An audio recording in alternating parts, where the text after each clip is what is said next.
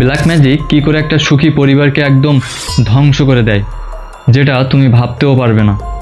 তো রিয়াজ আর রিমি এরা দুই ভাই বোন যারা তাদের মা বাবাকে ছোটোবেলায় হারায়। তাদের মা বাবা কোনো কারণ না, কোনো কিছু না, তবে হঠাৎ করে তারা দুইজন একই দিনে একই সময়ে মারা যায়।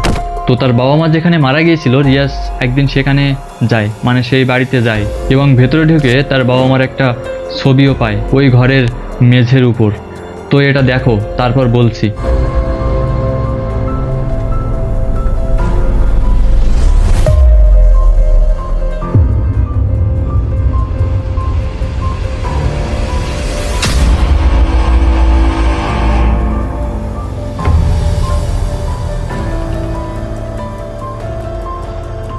তো তারপর রিয়াজ যখন ওই ছবি দেখে, তখন সে বুঝতে পারে কিছু একটা ঝামেলা তো আছেই।